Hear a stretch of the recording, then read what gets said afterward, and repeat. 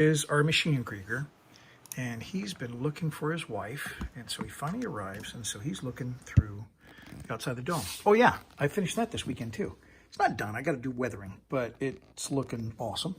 So he's got 3 lights. Over here, I've got a flashing green and red light on the door. Behind that, we've got the map. That's the facility map. Next to that, we've got the cryo chamber, and she's in there. She's all secure. And then next to that, I've got the cryo chamber controls. I really like that red light fading in and out. It's just awesome. So anyway, the diorama is really moving along. I am loving it. I got this rat's nest to figure out, but hope everybody has a great week.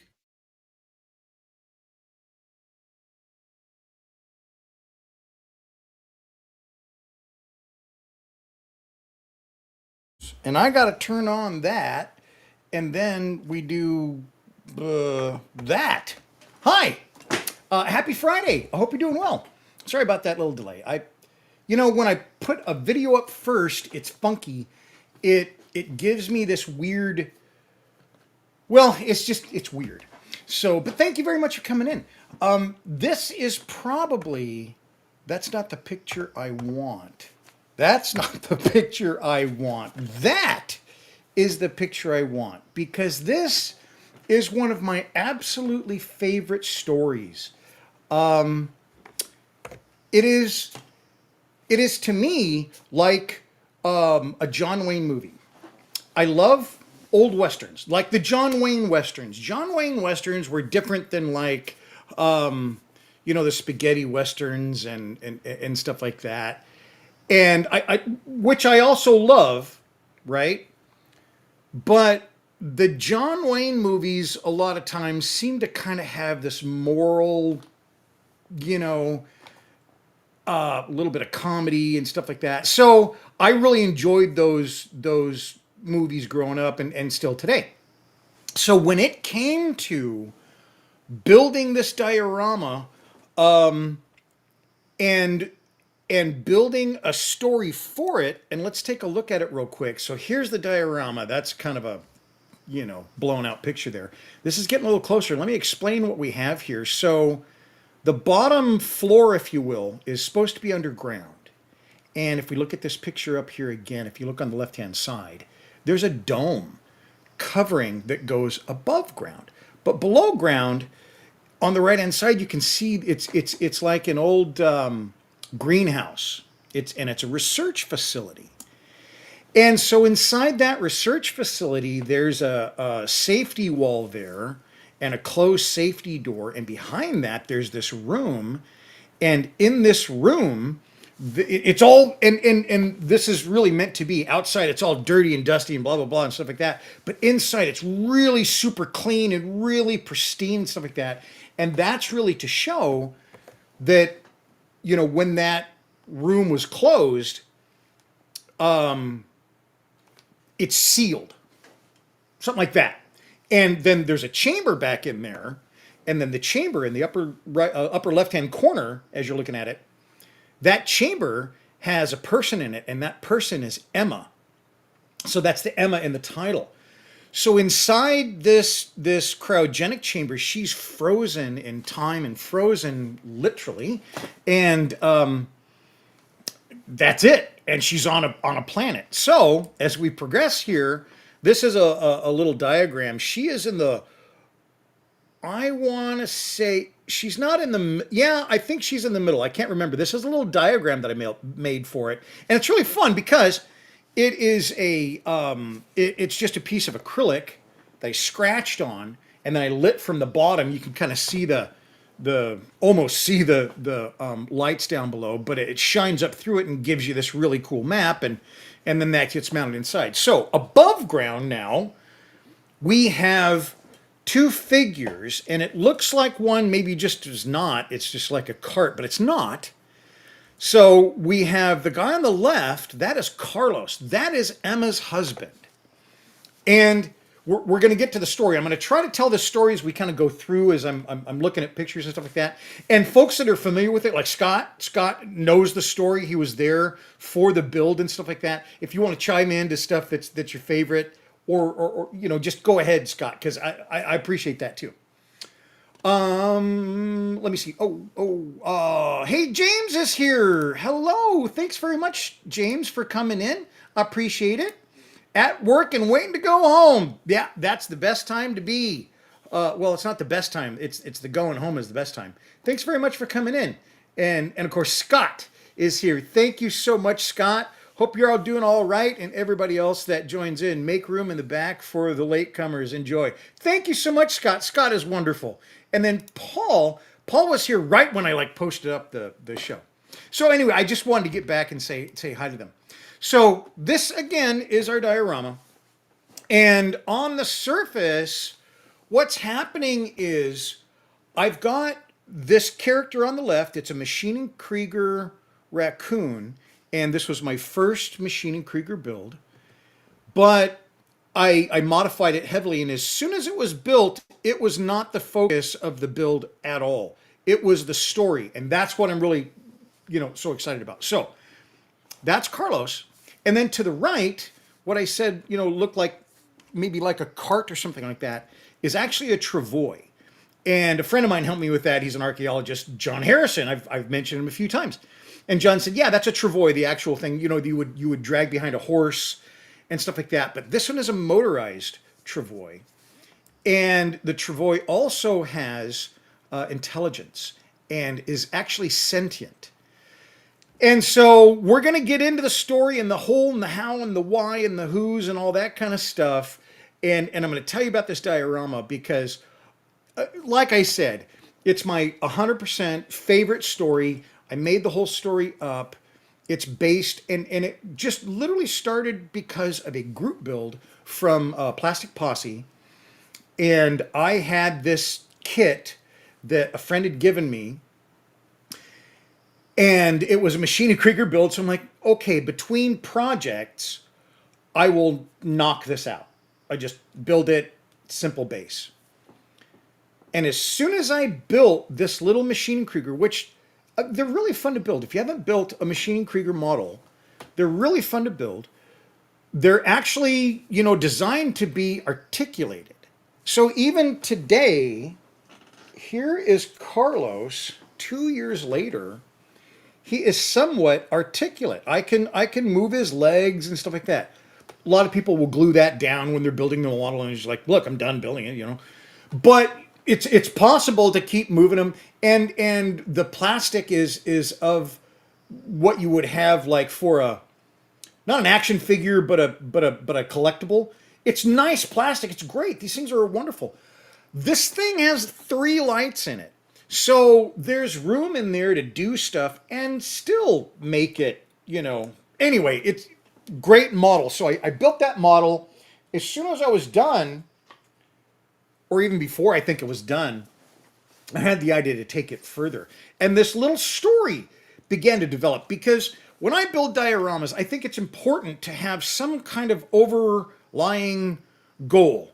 And your goal can be a plan that you drew out. Your goal can be a story that you read, like my last diorama was based on a book. I've done dioramas based on movies.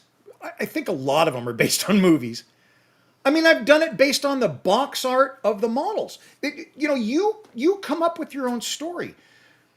But the fun thing about this is as I'm building it, I'm thinking about the story and I'm thinking about, you know, adding to it, and it ballooned, and every portion of that story came from the next action that I took. So it was very organic. So let's talk a little bit more about the story here. So here's the diorama. It is a semi-underground facility on an alien planet. And up in the rafters here, there's like, and the dome, the geodesic dome on top has been damaged.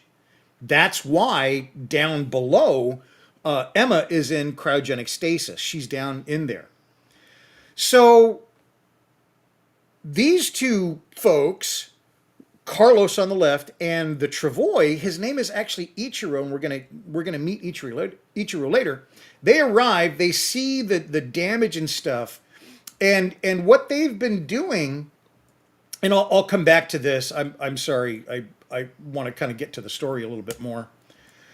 But what they've been doing is they have been walking. That is just a little thing on the back seat. I'm all messed up. I'm very, very sorry. I just need to get back here. They are walking and they are following a beacon that deployed when they crash landed on the planet. So let me back up because I'm just destroying this story because it's a great story, but I'm not telling it very well at all. So there's a couple, and it's Emma and Carlos, just the two of them.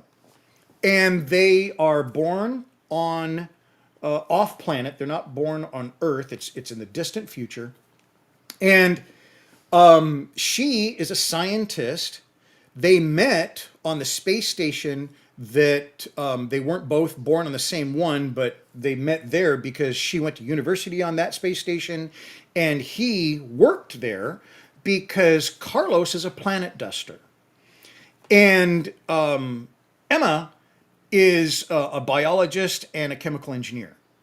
And so they met in school in their early 20s. They're now in their late 20s. And what they're wanting to do is set out to one of the newly opened planets out in the galaxy that allows them to settle. All they have to do is bring everything with them. These planets are being terraformed by massive, massive ships. But even though they're massive, they have a single pilot. And that's what Carlos does. He's a planet duster.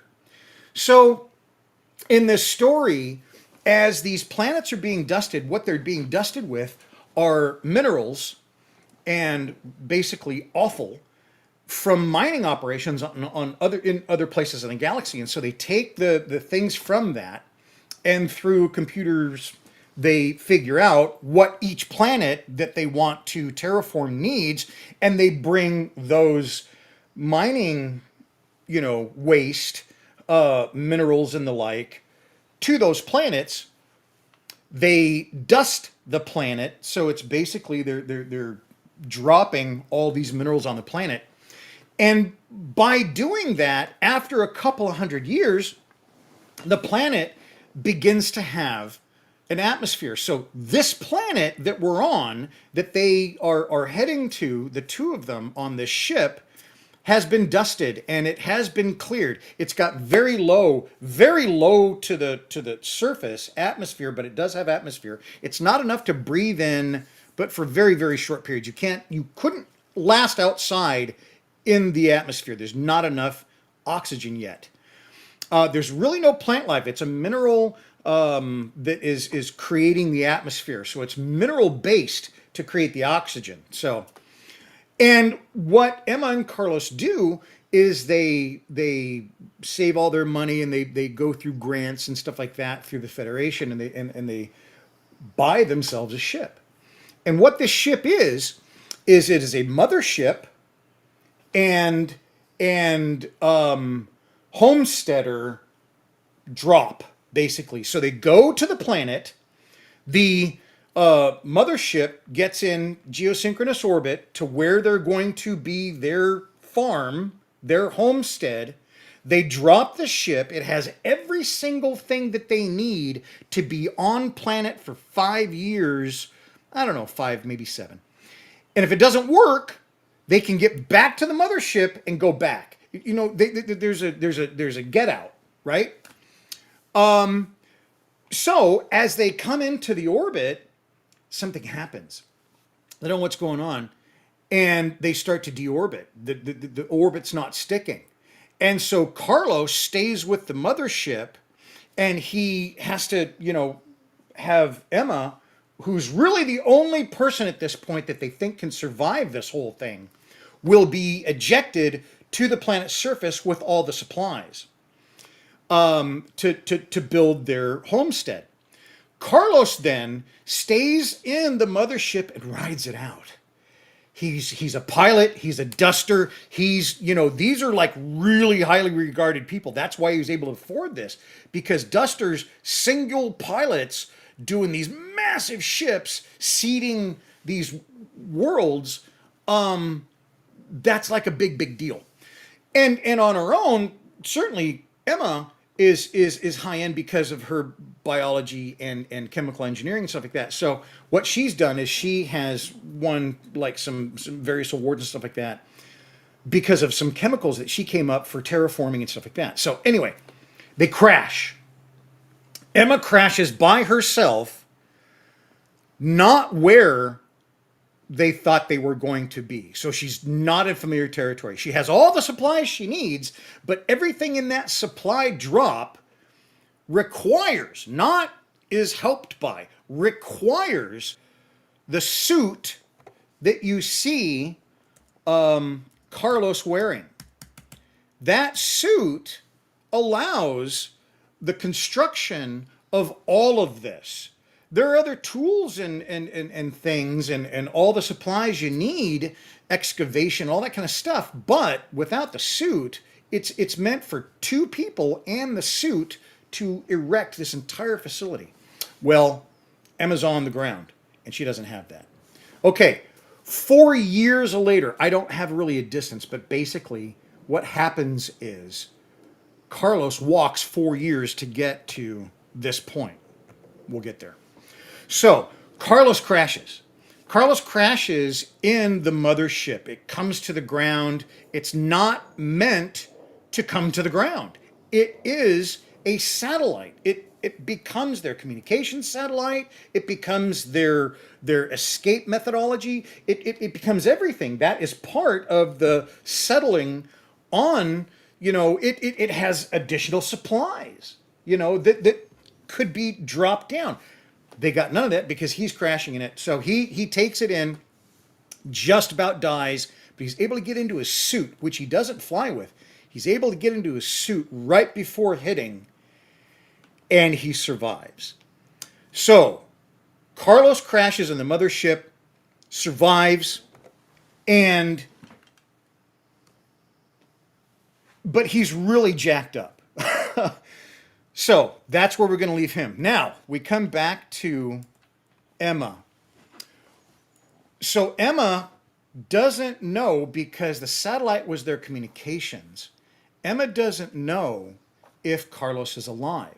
Carlos doesn't know if Emma is alive, but in an emergency, the drop ship, which has all these supplies, is able to send a beacon out. And so that is constantly going off, but she doesn't have any communications without the satellite. So she goes to work and she builds this entire facility because of the difficulty in not having the suit. Something that is supposed to, it's prefabricated, it's all engineered. It is supposed to take, two people in the suit 3 months. Okay, really fast. It takes her a year.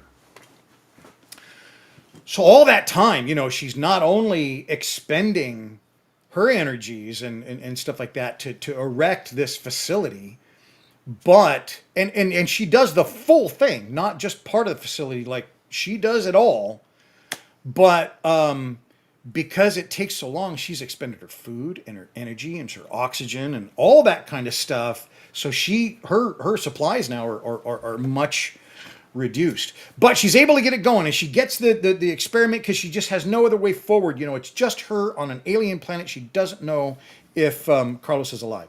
She gets this going. Then after about a year, after that year, she gets it going. Not long after getting it going, a storm comes in and destroys the facility. She's in, one of the places, the greenhouse that she's working on with her chemicals and stuff like that. And what happens is that's destroyed. She goes inside there, locks herself in, shuts herself down in this cryogenic chamber to save herself, and that's where she ends. So she's now in the cryogenic chamber. Well, what happens during that, and during the number of years that progress, you see these are little pools, and I did this throughout, and I'm going to show you these pictures because what I've done is I've used two colors primarily to try to communicate that this is like, I don't know, some like nutrient or some kind of I don't know, some chemical she's created. You know, part of the reason that they're on this planet is that she's created this for this planet's atmosphere and blah blah blah. And this is supposed to be able to grow plant life on the planet. Well, it grows plant life inside this inside this geodesic dome. Those are the plants that she was growing in the hydroponics. But once it gets destroyed and then the alien air comes in, it destroys it. It's not enough air to keep things going. So over that time, this chemical starts this reaction inside here in the soil that comes through, and then it creates this kind of a growth and these little berry things on there, and it's actually growing on the planet. And because the dome is breached, it's actually propagating outside the dome. So that's where that's at. And so that's kind of the story. Ichiro, and I'll talk about Ichiro, but Ichiro and Carlos have just arrived there. They never knew if she was alive. They were just following the beacon. It could have been just a beacon on the wreckage of the dropship. They don't know. There's no communications. They just get there. Took them 4 years. He had no motorized, ability to traverse that distance. So he literally walked for 4 years. And there's a couple of different things encounters, because even though it's a brand new planet, there are other people on it, and he encounters 2 other people in 4 years. 2 other people he encounters on the way, and there's stories behind that and blah blah blah. But the point is, he just gets there. Emma's down there. So let's take a look at this flipping thing that I've been yammering about.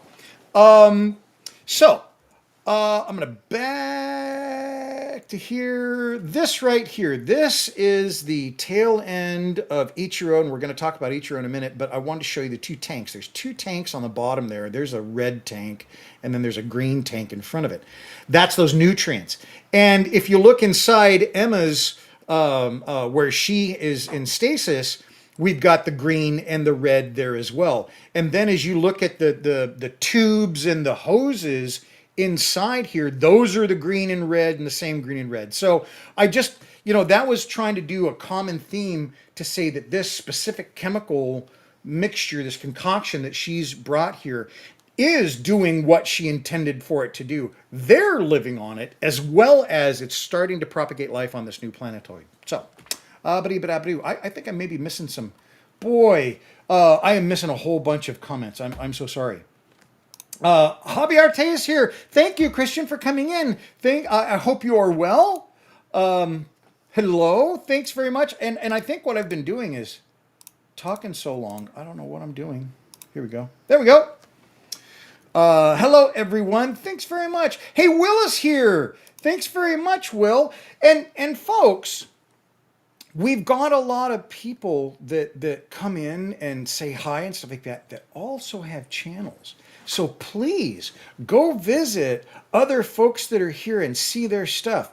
There's a lot of amazing people that model on here. Will and Christian and Model Officer James Skiffin. Holy cow, James Skiffins, hello, Model Officer's Mess.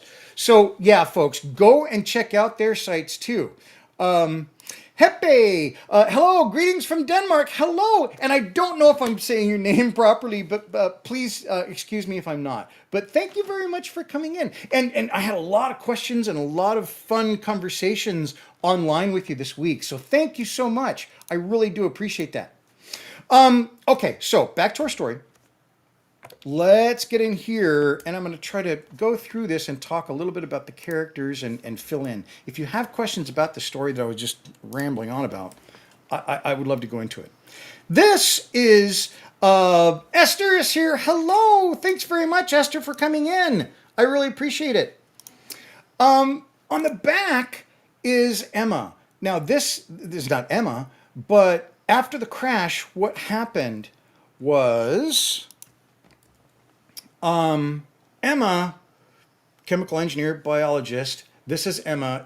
She is a 1/20th scale Machine and Krieger figure, and this was given to me by my friend Stephen Robbins. Thank you, Stephen. That was just so awesome.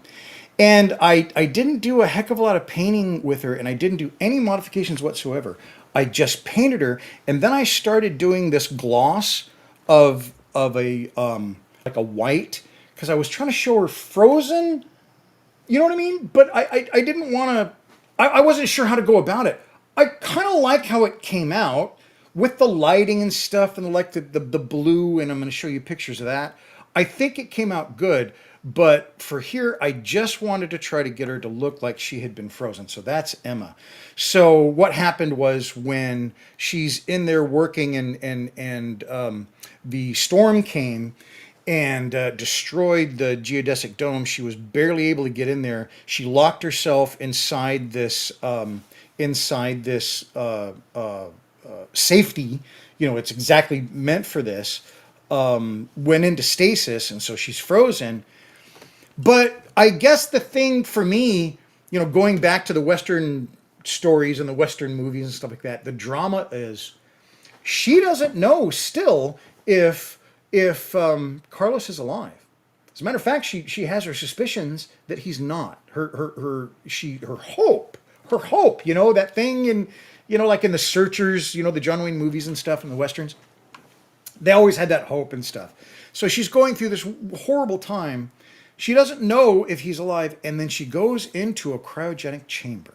Think about that, making that decision, because if you go in there, there's no way to come out. You know, she's got to be taken out of that. It's that kind of design. And so she goes in there knowing that she depleted her supplies in the building and the construction of the facility, so they're not going to last as long as they would. If somebody doesn't, you know, I mean, there's just all these things. And that's part of what I want to put into the story. Okay, so she's in there. And then here's Carlos. So he's a planet duster and a pilot. And he's also, and this is very, very important, Carlos is a huge baseball fan. And I say that because I'm modeling Carlos of somebody that I personally know who is a baseball fan. But I'm a baseball fan, but I don't know baseball like a true baseball fan. But Carlos is a true baseball fan. So we're going to get back to why that's so significant here in a minute. So this is the Machine and Krieger.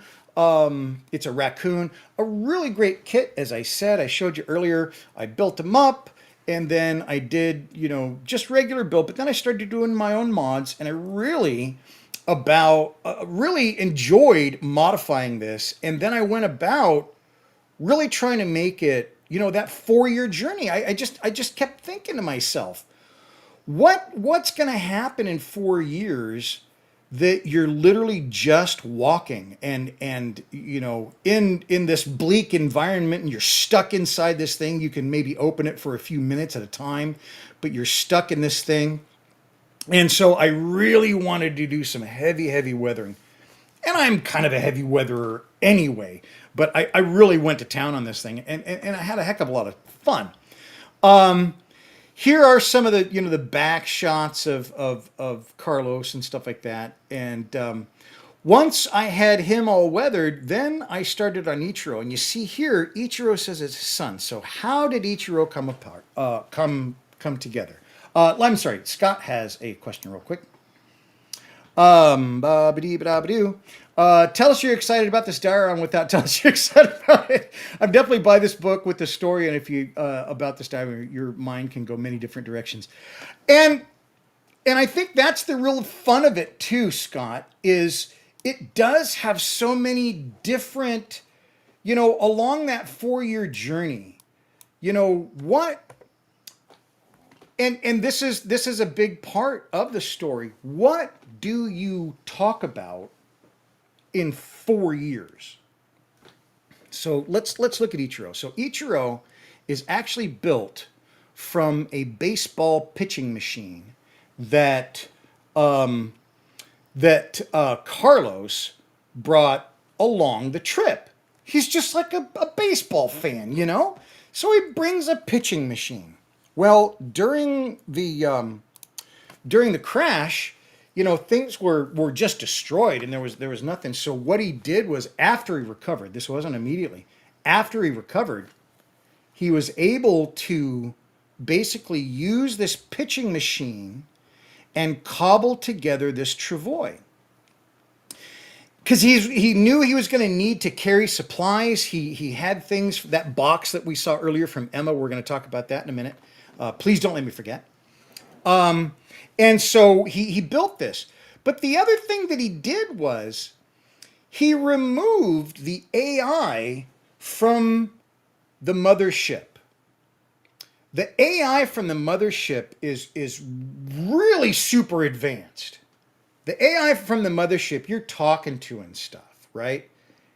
It's not sentient because it lacks a very, very, very specific thing. People know what it is. It's been experimented on, whatever, and stuff like that. But it lacks a very, very specific thing to keep AI from becoming sentient. But it's just like border.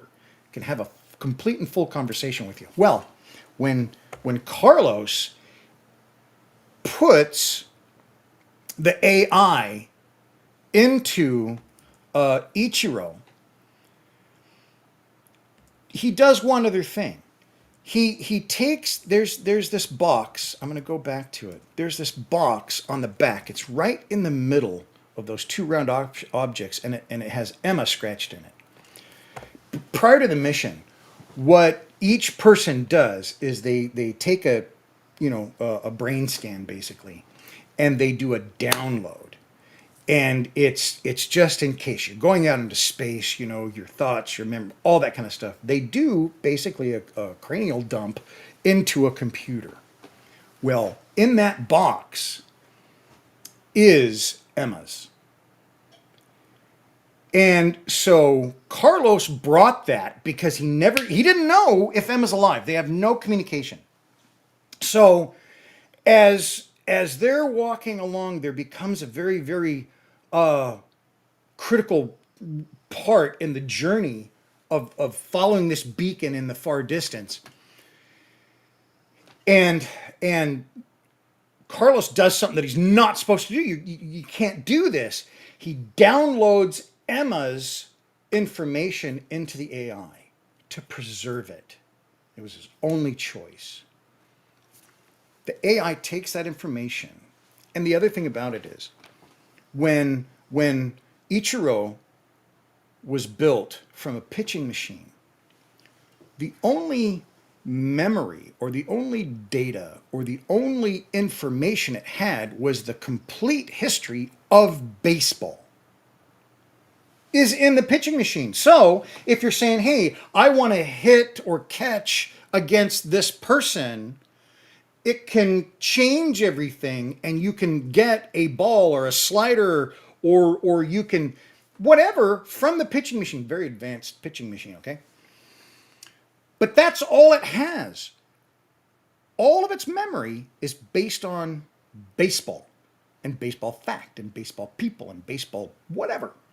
So with this AI in there and only the memory of that, as they're traveling along, all they can talk about is baseball. Now, Ichiro, not sentient yet,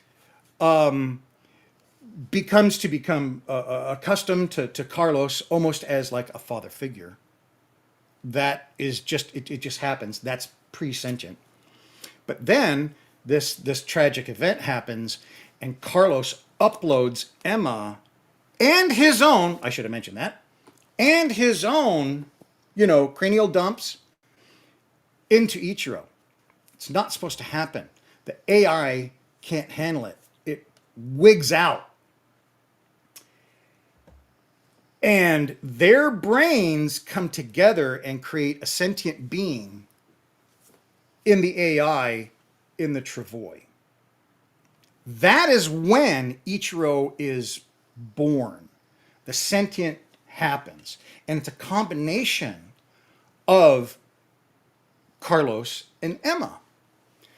So, and that's like a year or so into the journey. So over that time, then, as they're walking, basically Ichiro becomes Carlos's son. But he knows his mother because he has her brain dump, but he's never met her. And so now they can still really only talk about baseball because you have to have your own memories to call upon to converse. And even though he's got the essence of both Carlos and Emma, his own memories are only baseball. So the whole time when Carlos is teaching his son Ichiro about the world and things and everything, he has to do it in the form of baseball so that Ichiro will understand it and stuff like that. So that's just kind of how they speak. And Ichiro came from, if we look here, they're at one point. Now, Ichiro is basically, he's electric, but he does need oil. And so on the side here, you can see this little oil thing right there. And for some reason, there was a 1 on it, and it's not from the pitching machine, but that oil tank had the 1. So 1 is ichi, in Japanese. And when they were, talking and walking and stuff like that, Ichiro Suzuki became Ichiro's favorite player because it was Carlos's favorite player. And of course, this is through all the history of baseball, which there's a whole heck of a lot of because this is well into the future. But like all the way through these centuries, Ichiro Suzuki stood out as, his favorite player. So it's both their favorite players. And so he names Ichiro. That's how Ichiro got his name. Okay, I'm sorry. I have a quick question. And Jordy Will says, I smell an Easter egg coming. Yeah, I'm giving them all. There's more just because like every single little thing. But yeah. And Esther says, is this from a pre-existing story or did come up with it, all this wonderful world building? All my story. But I mean, it really is based on those Westerns, It's that kind of story because as they're doing this journey, I mean, they're just hit with not bands of people, but there's 2 encounters, and the first encounter that Ichiro and Carlos have is, and this is going to be a future diorama. I just haven't figured it out. Is against another Machine Krieger, but it's a big one, and he's a big mean dude, and he's there, and he's like an old prospector that's again that Western theme. He's like an old prospector, and he's there, but he has ill will toward him. He wants their stuff, and so it's an attack. So it's a fight. So that's their first thing. Another one is, and this is the one, and I don't know if it's before or after, but the other one, this is the one that causes him to do the upload. Is there's this massive, it's like the Grand Canyon times 2, so it's like twice the size of the Grand Canyon. It's this massive thing, and this is like maybe a year or 2 years into the journey, whatever, and they come to this, and it's just such an overwhelming obstacle. They don't know what they're going to do, and so that's part of the storyline. But they get through it, past it, over it, under it, whatever. And then later on, and this is for me that whole story, the whole Western story and stuff like that. I love this part. They come up on another settler family who the father is gone. And it is a wife, the settler's widow, basically, because they don't know where he is, and 2 children, a boy and a girl. And I know it's all nuclear family kind of stuff, but it's just, stick with me. So he comes up on him. It's, all tension stuff like that. And this is a class. I mean, I watched a Western movie like that just the other day. John Wayne, he comes and he helps the wife, and then he finds the husband, and the husband's a jerk. And anyway, but I mean, it's very classically Western stuff. But this, of course, is on the planet. And so he comes up on this widow, and their family, and they're having a heck of a hard time. The husband has been gone for a while. Their homestead, same kind of thing as Emma and Carlos are trying to do. But with the husband not there, it's hard. And this, the widow wasn't maybe as handy as Emma, we know, turns out to be, because she did complete the facility. But so he stops. He needs fuel. He needs everything. I mean, there's no resources. This is going across the Gobi Desert, and so he's with this family for a little bit, and he helps them and he teaches them. Again, classic story. It's not a Western story. It's a people story. This happened in Asia. This happened in Europe. This happened everywhere in the world. This kind of story has happened. But anyway, that's why it's a great story. And so he's there for a little while, and there's the storm. Okay, this storm, the same kind that wiped out Emma's facility, not the same one, but the same kind, happens. And they get trapped. The mom, the widow, and Carlos get trapped.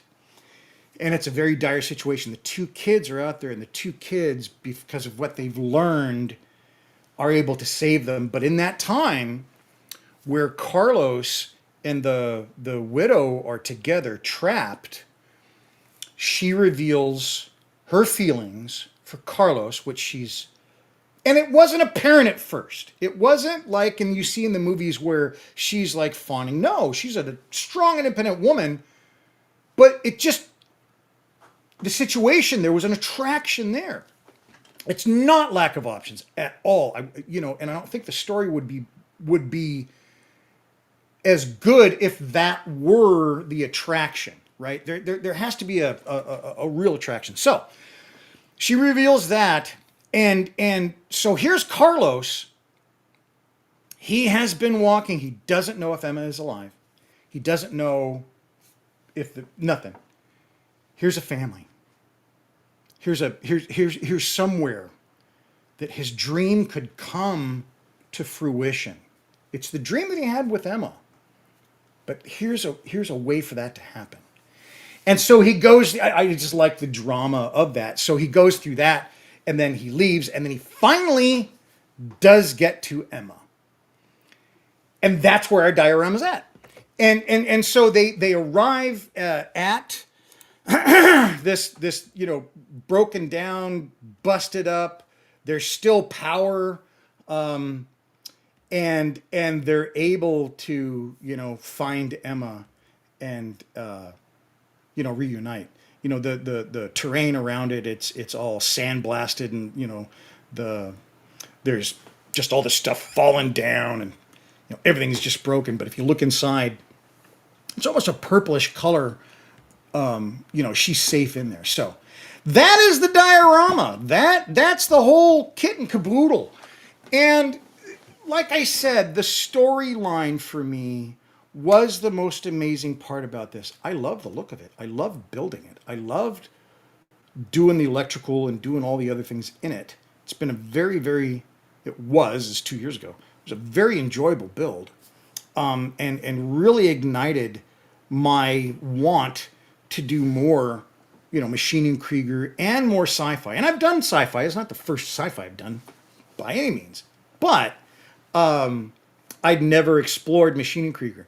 And though it's not based in machining Krieger lore, maybe some of it, So yeah, I really like it. Now, to Scott's point, and man, I need to. This is not that'd be nice, And I'm not just blowing it out there in the wind. I have been looking at Midjourney about how to create a comic, because I think it would come out in comic form very nicely. I think that I could tell the story in an abbreviated fashion through comic and through some nice, drawings. I don't have the capacity or capability to draw in the style that I would like to do it. I'm a big Mobius fan. I was a big heavy metal fan growing up. So I like Mobius, Jean Giraud, absolutely wonderful artist. Hey, Erdink, hello. What will be your next Dahmer? We're going to get to that today too. So Yeah, I would really like to get that going, and I'm very excited to get that. So, Scott, that's one that I'm on because I've always needed to write this story down, and I have some of it written down for this diorama, but I had never committed to how it would be done, and that was one things that was bothering me is I wasn't sure how. I was thinking all these placards and just all that garbage. Comic, perfect. So anyway, that is what I'm very excited about.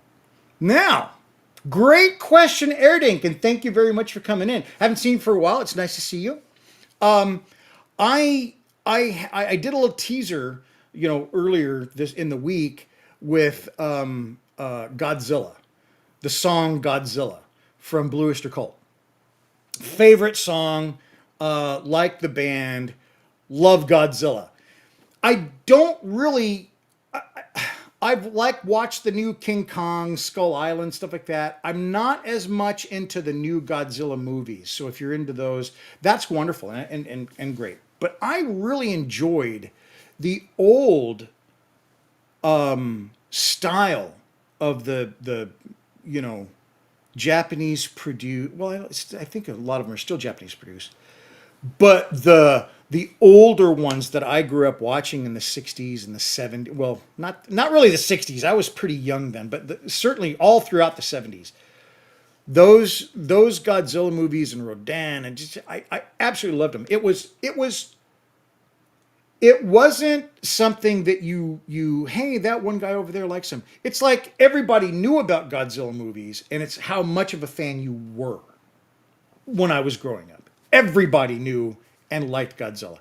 Godzilla back then, when I was growing up, was like the Marvel universe is maybe today, or was maybe in the 90s. Godzilla was that permeated through our childhood. And so that's going to be the basis for it. Now, the display case that I showed, and I didn't bring it over here today because I didn't want to make it fully about, because that's going to be next week. But I have this display case, and what it is a glass case for a like a commercial level. They used to have, commercial levels. You would put things in to weigh them and make sure, they were exactly. And so it's a scientific level. And this is a really cool case that one went in. Well, I got it surplus for like $15, the whole thing. It didn't have any of the stuff in, well, it had some of the stuff inside. It didn't have any of the weighing apparatus. So I gutted it, and that is going to be the outside case for what I'm going to put into it. And so I will be building something, and I'm not going to tell you what it is, but it is going to be Godzilla centric. And I showed in the video, I'm going to be using 1/35th scale Japanese figures. I've got a whole bunch. Years ago, I did the Tarawa diorama. And the Tarawa diorama, which should be Okinawa, but that's another conversation. My Tarawa diorama has a whole bunch of Japanese figures in it. And in building that, I bought a few extra kits. But there were kits, Japanese figure kits, that I fell in love with. They're just so well, nicely done. You'll see a kit sometimes where a figure has been molded, and it's like it's supposed to be a Polish figure from the Polish army, and then you put it next to someone else, and it's like they just changed the clothes because a lot of these kits, they do have good facial expression, so you can tell, one figure to the next. It's not just this just dopey looking face. It's a real face, and it has expression. Well, I noticed that in some of the Japanese kits, they didn't have that great. And then I found this great kit, and I'll share it with you as I'm going through. It's just a beautiful kit. I think it's a Tamiya kit. And their face expressions, and it's very stoic, and wow, I love this kit. So I bought one of those again so I can use that kit again. And what I like about using figure kits again on a new diorama, I've already built this figure. I've already looked in its eyes. I've already figured out, its stance. I've already done that. So now I'm taking that figure as a character in a different scene, in a different diorama, in a different, doing whatever they have to do. But I'm familiar with that. It's like casting your favorite actor, because when I build my dioramas, I think of it as almost like a theatrical production, because I want it to convey such a visual message that it really gets that across. My last project for over a year lacked a lot of that because it is meant to be a game board, right? You bring your character to it. But the last dioramas that I've done over the last number of years have always included figures, because I think of them as actors in a scene, and they're trying to portray emotion and tell you something, or guide you somewhere, or get a message across, or show you that they're doing this and this is what, you know what I mean? There's life in the diorama. There's something going on, and it attracts you. And for a year now, I haven't had the opportunity to do that. And I get very excited about that, because I do see it as a little movie. I do see it as a little story that I'm trying to produce. And I'm trying to tell you something visually with just figures and just the background, In this diorama, Emma Carlos Ichiro earlier, one of those little things was when I told you about the two colors, remember? Well, I'm not going to go back into it, but there is a red color and a green color. That's one of those things that I try to do. And though it's subtle and almost subconscious, when you start seeing that combination of those two colors and then the other things that are built around it, your mind's going to start to develop some idea as to what it is. That's what I'm talking about and trying to visually storytell. Little symbol things like that. I'm trying to key you into you deciding what that is, you figuring it out without me telling you the story. Sure, I've got a whole story for it. It doesn't mean that I got to tell you the whole thing. It's also lovely if you can build a story with all those elements. And frankly, that story is just as valid as mine. If you can go through one of my dioramas and using all those elements and those figures and those stances and how they're, I talk about and I haven't had a chance to talk about this for a year, so it's wonderful. When you take two figures and you place them so that their eyes connect, right?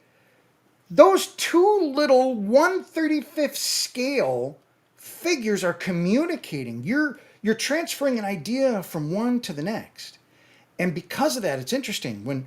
When you look out into the street, just look out on the sidewalk, and if two people are standing there facing each other, their lips don't have to be moving. They're communicating something. And it's the same thing in a diorama. It's the same thing when you have a group of figures in a diorama. You can create these dynamic situations that tell a visual story without any prompting whatsoever. And I'm saying the trick is, like, I know the secret. I don't know the secret. This is what I'm trying to do. This is the goal, The goal is to have that in mind, that I am trying to communicate that, and I do everything that I can. Fail every time, but that's the goal. That's where I'm trying to go. So, yeah, yes, Will, I'm super excited about this new diorama, because figures, I used to be kind of scared of figures in a model, and I don't think that's new for anybody. But I used to be really, really kind of, figures and eyes and painting a face, and it's so tiny and stuff like that.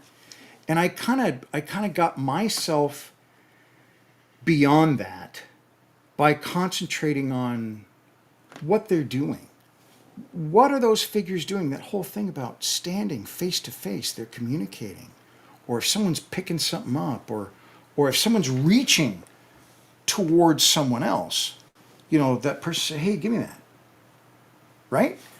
That's fun. That and you can do that in modeling, and you can do it in dioramas, and you can tell these little stories. And even if they don't connect, I like to try to get mine to connect, through this whole elaborate whatever I build, because I love to build multi levels and multi tiers and stuff like that. I want folks to tell the story from down here, and then the other people are here and they're telling maybe a different story, but all interrelates, so you can follow this, or try to follow it yourself without any prompt, without any writing, without anything else, without me standing there going, hey, and did you notice that? Because that can be irritating. But, if you ask, sure. But, somebody just trying to tell you their story, I guess kind of like what I'm trying to do, is sometimes a little irritating. So anyway, thank you very much. I can't believe you're still here after all this. But I am super excited about this diorama. Now, what I'm going to do is I'm going to be starting on the next week. I am going to continue to work on Emma Carlos Ichiro. I do want to talk about this.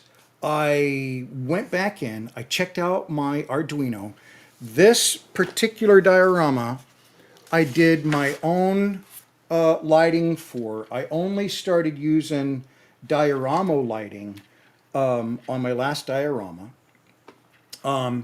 And so this one is my own wiring, my own lighting design, and stuff like that. And one's not working. So what I'm still going to go back and do is replace a light in here. It's a blue light. I did last night hook this up to the Arduino IDE, which is it's the little programming interface.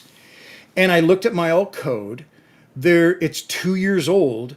So, and if you haven't done Arduino, this might get a little dry, but I think it's really, important. Oh, and I'm sorry, I hear Esther saying about DaVinci. Absolutely, we're going to get to that. I'm not going to cut you off without that. That's great. Thank you, Esther. But anyway, in doing the Arduino and stuff like that, I like doing that because I can make the lights do something specific that maybe a pre-purchased one can't, unless you work with them and say, hey, can you make it do this? But I can make it do that. So I took that, I went into ChatGPT last night, I scrubbed my code, meaning that I said, hey, can you look at this? Here's some errors I'm getting. It does that for you, drop it back in. So I've got new code updated on my Arduino. It's not doing exactly what I want it to do, so I still got to get back and do some stuff. But I'll do that. I am going to replace that blue light, and then I'll probably show some pictures of this, all assembled and stuff like that. I also have to paint the base. The base got really kind of bungled up pretty good, and so I need to work on that. But yeah, it'll be really nice to get that together. And I am having writing projects as part of my stuff that I'm going to be producing as things that people can download, digital download stuff. And the first one, the very first one, is Emma Carlos Ichiro comic book. So that is my first project. I've got most of the story written down. It hasn't been organized properly. I am so scatterbrained when I dump it into ChatGPT, it hiccups and goes, what?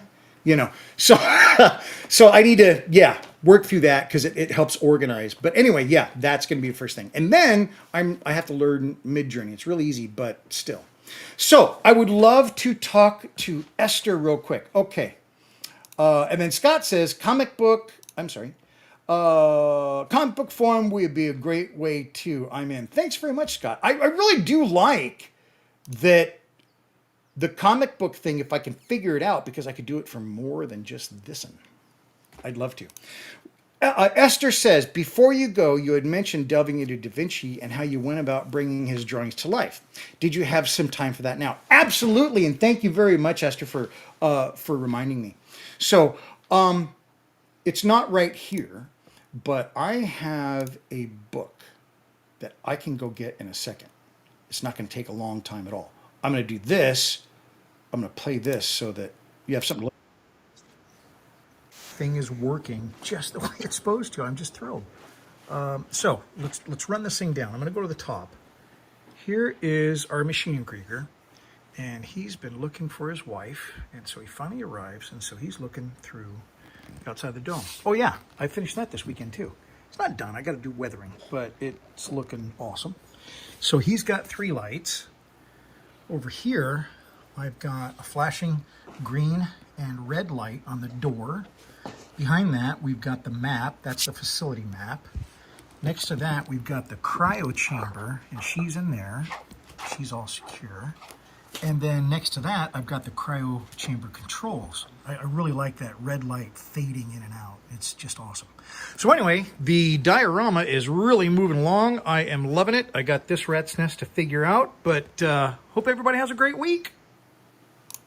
Okay, so thank you very much for indulging. I want to go get these books because personally, I think these books helped. I didn't have these books for everything. I did a lot of this stuff on my own. I'm going to talk about that process too. But this book really did help. So this is Leonardo's Machines. And what somebody did, this is a DNC, which who is DNC? I want to give you the publisher real quick, please. I think I got this at Barnes & Noble. David and Charles, which I think is a European publisher. But in here, somebody has done an amazing job at breaking down some of those classic Da Vinci drawings that were sometimes quite difficult to interpret. And so that's the first thing.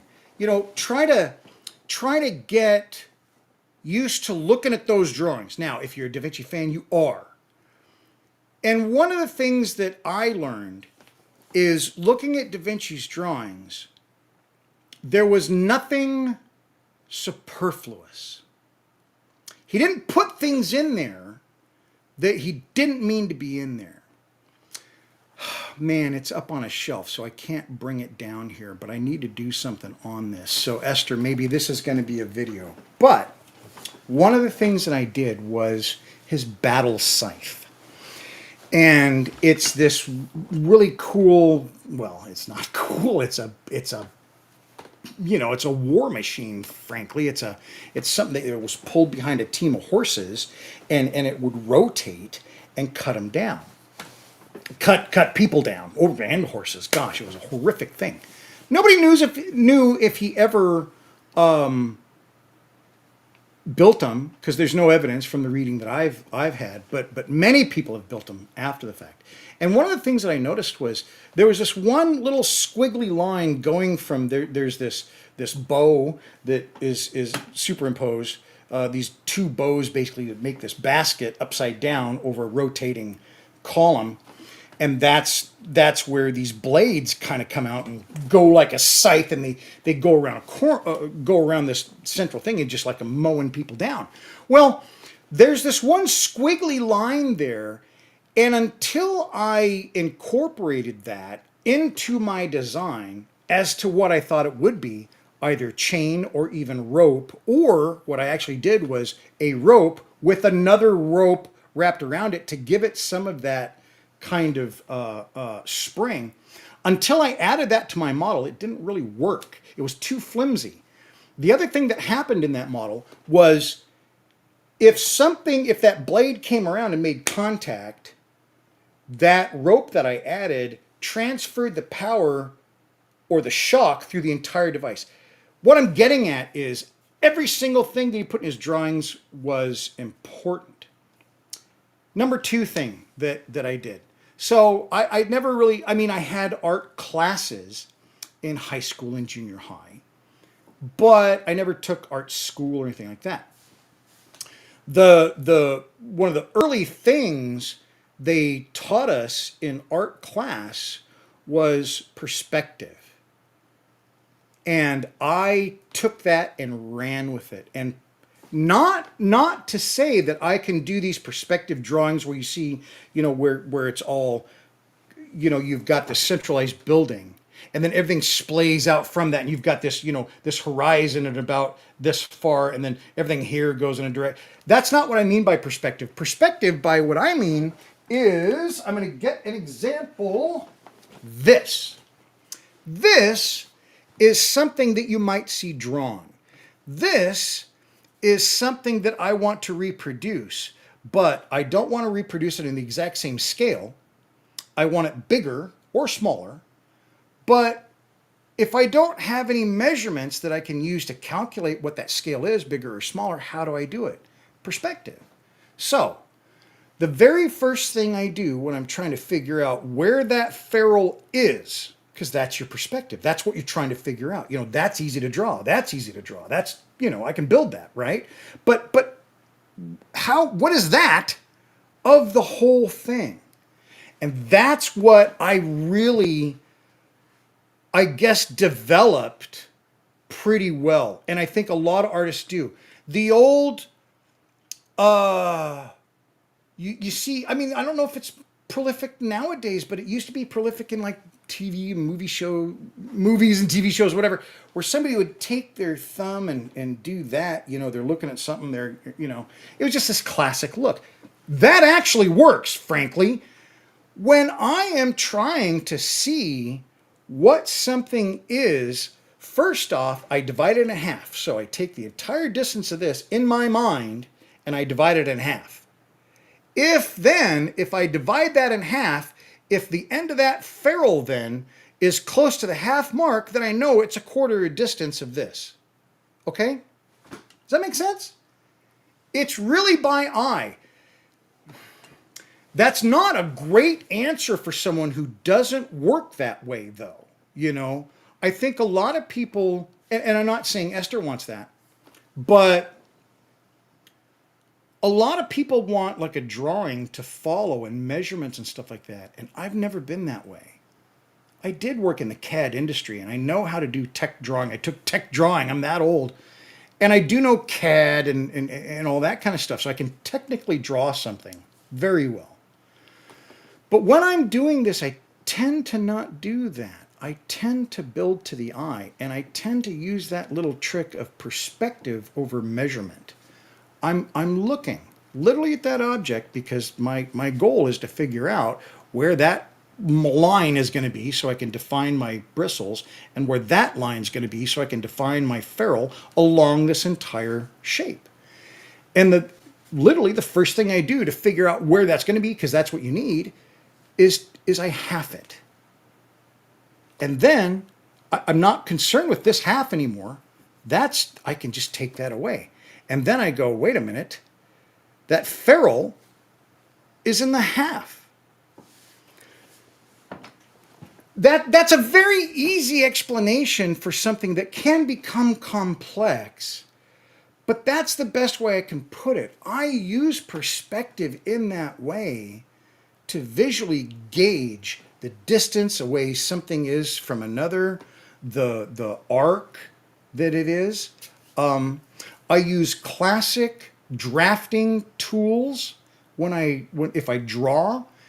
And a lot of times when I draw, if I'm gonna, let's say, make out of wood like the Da Vinci things, I will draw directly on the wood because I find it really difficult to draw it on paper and then go put it on the wood. And there's a technique for that, and it's actually very easy. You know, with a chalk bag, you can do that. It's very easy to do. I guess for me, the point is, there's other things to consider in drawing that and laying it out on that piece of wood, other than just this shape fits here. You know, there's grain, direction, all that kind of stuff. So when I do my drawing, I draw it on the wood. I will then concentrate on the biggest part, the most seen part, maybe. As an example, when I'm doing a wing form.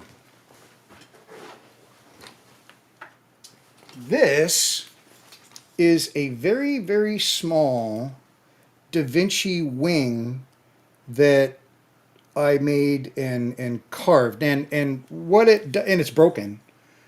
But what it does is if you crank this around, this just goes up and does this little, it does this little flapping motion like that, and then I just carve the top.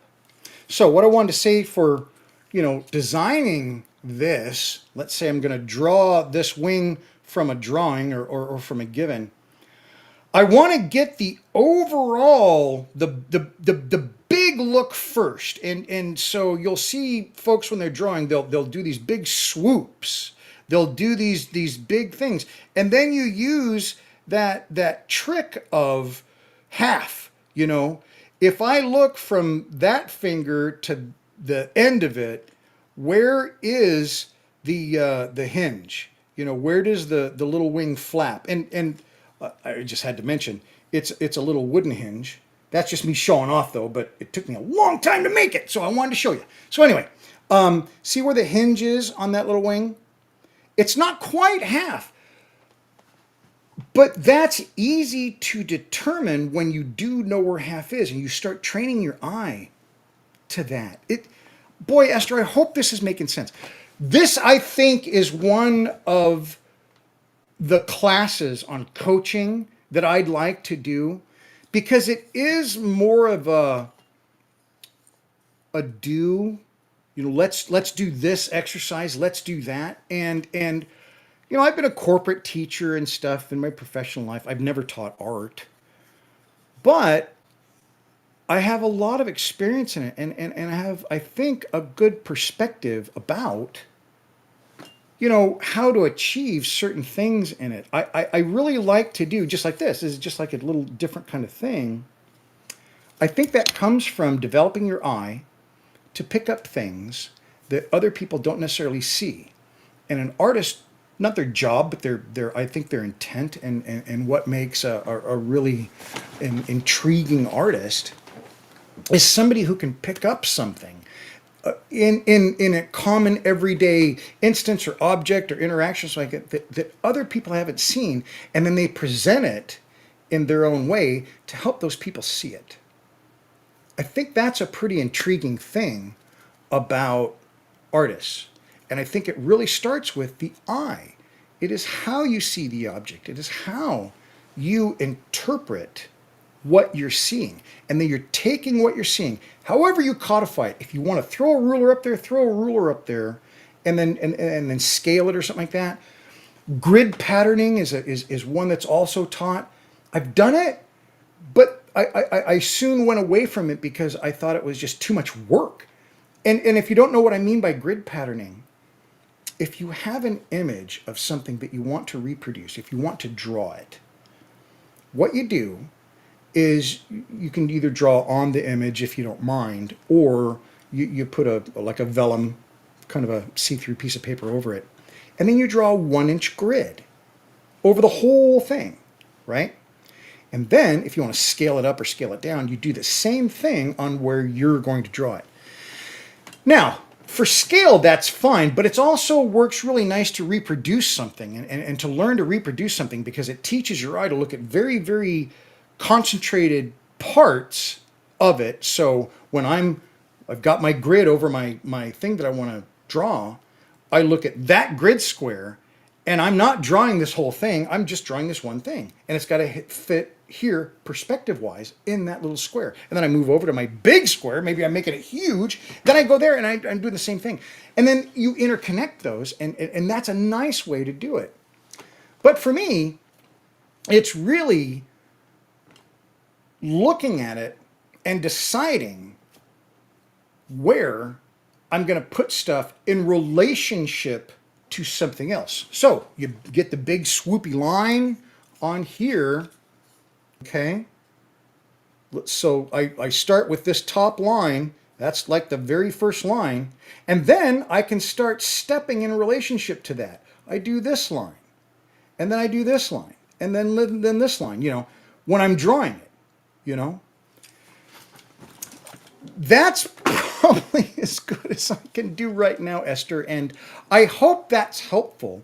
And if there are things about it that didn't make sense or you'd like more information on, just ask. I'd love to try to explain it better. I think that's one of the things that I really am working toward as being a coach and stuff like that, is finding ways to explain concepts that I understand and almost don't know how to explain. It's a very real thing. But I do want to explain them. I do want to give that kind of information. I do want to help other people develop those skills, because that is what all this is about. I was able to develop these skills by watching and observing other folks, and then I see other people that are having a hard time with it. I'm saying it's not that hard, and since I've been through it, I just want to help them get there a little bit quicker, because I know how frustrating it was at first. I'm like, man, how do you? Yeah, I don't even know how you even start. Well, you just start, and you'll get through it. But please, if there's a part of anything that I'm saying that is like, well, that sounded good, but I didn't get that at all. Yeah, come back to me and ask, because I'm trying to develop that, so that I can get more of this information out and help folks that are interested in these kinds of things. Because like my Da Vinci stuff, there's a lot of fabric and stuff like that. I learned to sew. Well, take that back. My mom taught both my brother and I how to sew from a very early age. We were, she grew up on a farm, so we were very learned to be self-sufficient growing up, right? And so my mom taught us the basics how to sew. But then I learned how to sew much better online and stuff like that. And I did all the sewing on all of my thing. Look at that. I made this. I made my apron. I didn't do the embroidering, but I made my own apron. So anyway, yeah, I love that kind of stuff, because you're learning, and I'll try to teach what I know. Okay, I'm going to go back. How about creating a Da Vinci workshop diorama? I have thought about that. There may be something up in the attic of an attempt over 20 years ago. I had made a bunch, I think 4 octagonal rings about this big. And those were to be a floor, each one a different floor in a Da Vinci workshop. And it was meant to have small things like this, like I have in my shop, small scale models of his drawings and stuff like that. So yes, I love that idea.